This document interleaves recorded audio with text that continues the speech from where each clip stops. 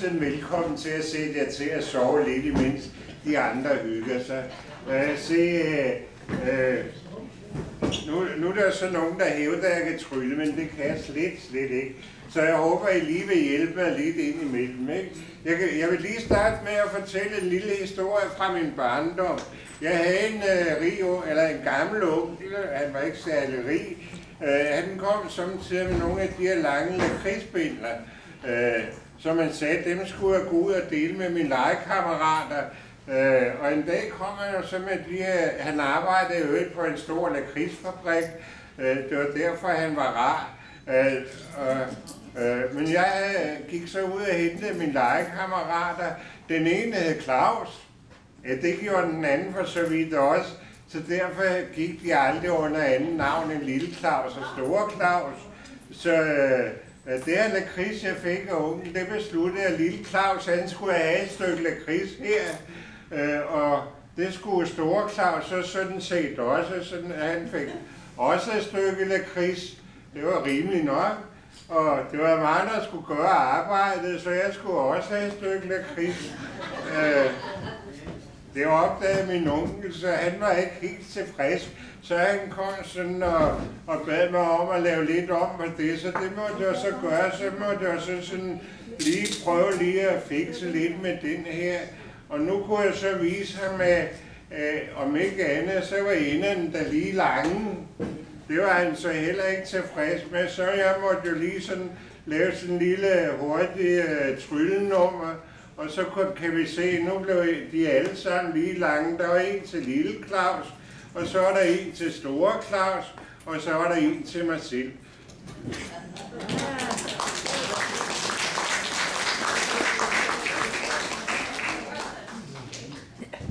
Jeg havde jo så her for nylig mødt en gammel kineser. Sådan, I ved nok, kineser, de kan sådan til at være ret gavmilde, og han gav mig sådan 2 pinde her, med sådan en snor i dem hver. Og her kan I jo så se, når jeg hiver i den kvast her, så smutter den anden op. Og når jeg hiver i den her, så smutter den op. Når jeg hiver her, så smutter den op der. Og det samme sker, når jeg hiver i den her.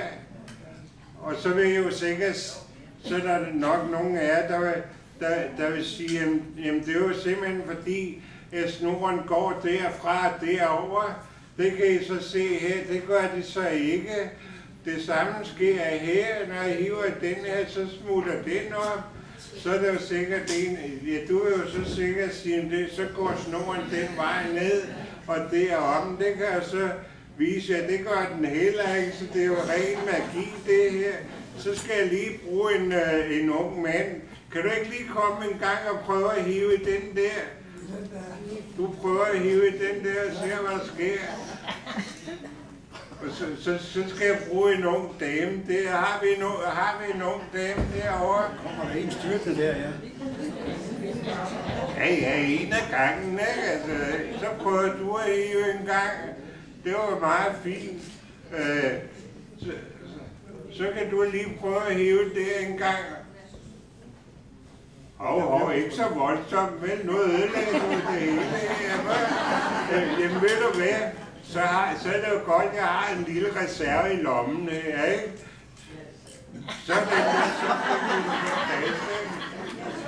så tak for det, unge mænd.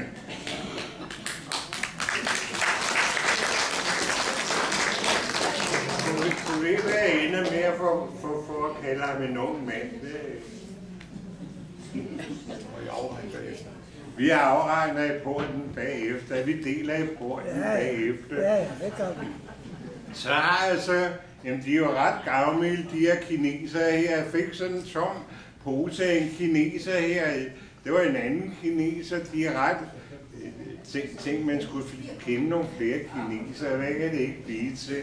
Så skal jeg lige bruge en ung mand igen. Kan jeg ikke lige låne dig igen, lille ven? Ja, dig, ja. Så kan du se, vil du lige se på det der, at det er ikke fejl noget at lige vise publikum det. Har du en lille plet over det? Det må vi have gjort. Så skal jeg bruge en ung pige, hente en unge dame, der sang så kønt lige før. Hvor har vi hende? Kommer løbende.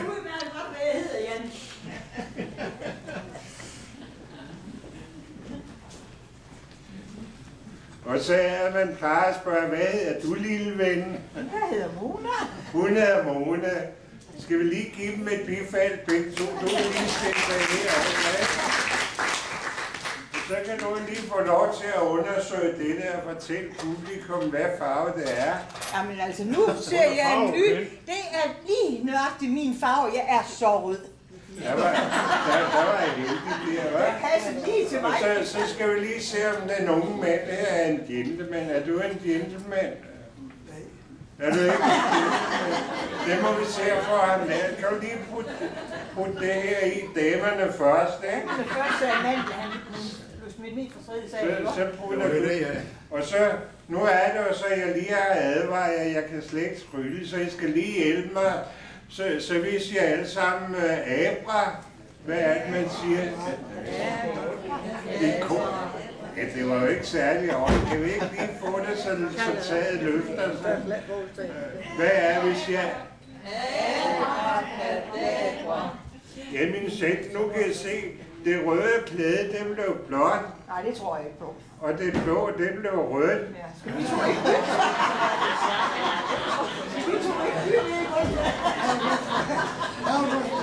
Ja, det kan jeg selvfølgelig godt se. Det blev I nok ikke særlig imponeret over. Så vi prøver lige en gang til, ja, ikke?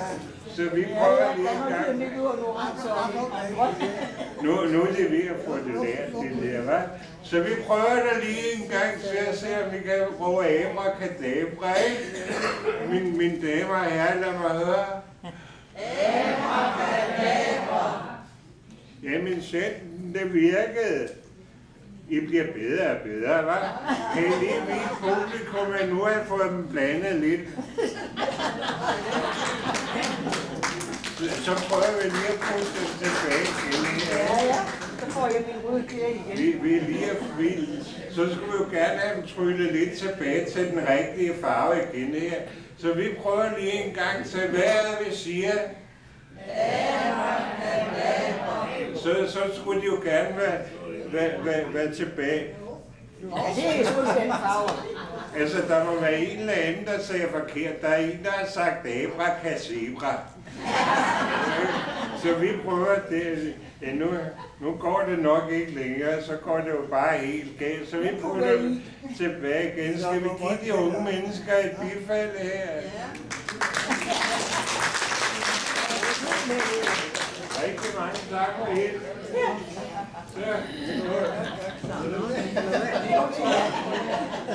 Det er så stadigvæk det her med de her kinesere her, ikke? De er stadigvæk meget gavmilde. Så jeg har sådan en meget fin kinesisk... jeg har forresten lige et problem. Jeg fik engang en indisk vase. En vase af en gammel inder. Den skal jeg lige hen til her.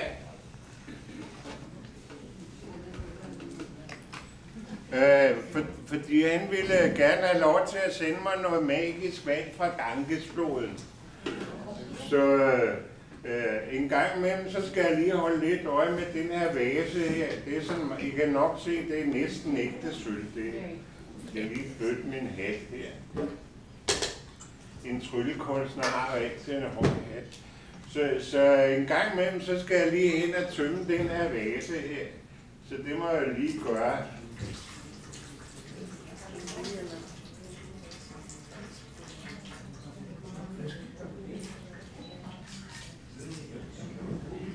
Sådan, så fik vi den der tømt, ikke? Nå, men det var lige den her kinesiske æske, jeg fik af ham her kineseren en gang her. Vi kan se alle sammen, den er helt tom, ikke? Fuldstændig tom. Ja, det er der jo så meget, der er, ikke? Men altså, nu har vi jo lige forvisset os om, at den er tom. Er den ikke tom? Fuldstændig tom, ikke? Ja, jeg har vidner her, ikke? Og så har jeg sådan en... Han er et stabilt år. En terning her. som jeg sådan lige skal have op i min... skal lige have flyttet hatten lidt herind, så jeg kan nå, ikke? Og den her terning her, den skulle jeg gerne have puttet ned i min æske her. Så det gør jeg. Så kan vi se. Så fik vi terningen ned i æsken, det så vi. Og vi fik min elastik i klemme her, min snor i klemme her. Og så kan vi se, nu er terningen væk. Vi kan se, den er helt væk, ikke?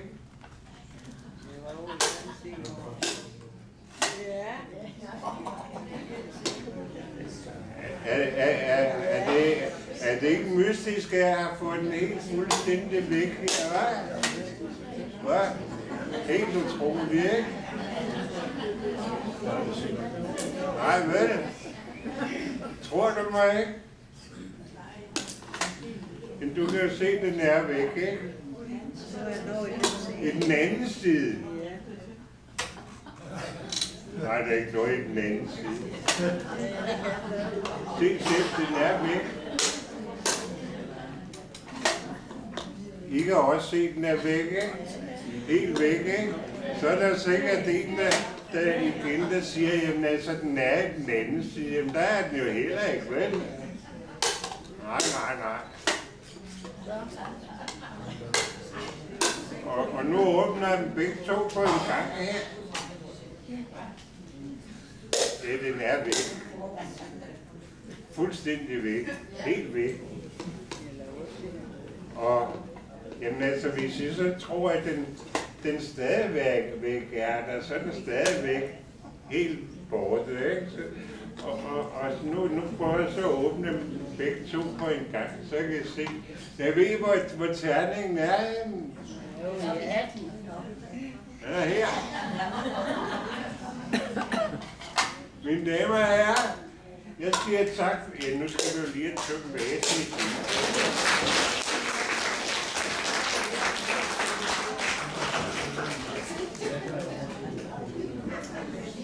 Tak for hjælpen. Tak for jeres opmærksomhed.